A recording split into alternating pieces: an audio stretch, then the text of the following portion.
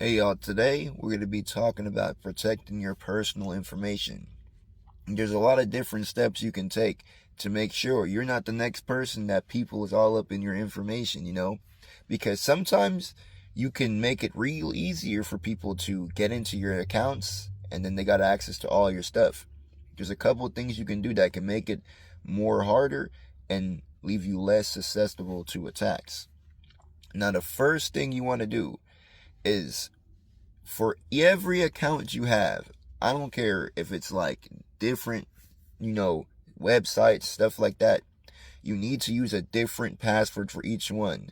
And every password that you use, put it in a notebook. Don't put it in your phone notebook. Don't put it in your phone notes. Don't put it in your phone. Put it in a paper notebook that you know you're not going to lose. Don't lose this notebook because that's all your passwords. That's the best way. Your password ain't just chilling on your phone for someone to look through. Put it in the notebook.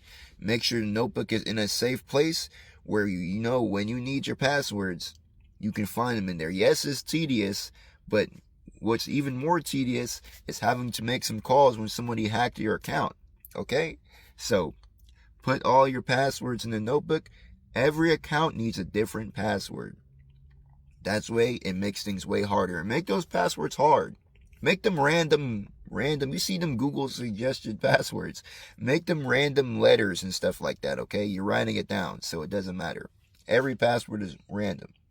Now, the second thing that you need to do, if the option is there every time, two-step authentication. Because what that does is not only do you need to type in your password, but then you need to send it to your email, or maybe there's an authenticator app. There's two steps you have to do to log into your account. Type in your password, and then you got to do something else. Also, then you get in. If that's the option in any of your accounts, do it every time, because it just gives people an extra step that if they did get your password, well, now they have to do this next thing. If they don't know how to do it, they can't get in.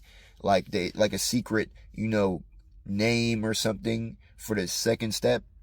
Those things are helpful. It's just two steps to make sure your password is harder to get into. Another thing is, be careful what you're doing on public Wi-Fi.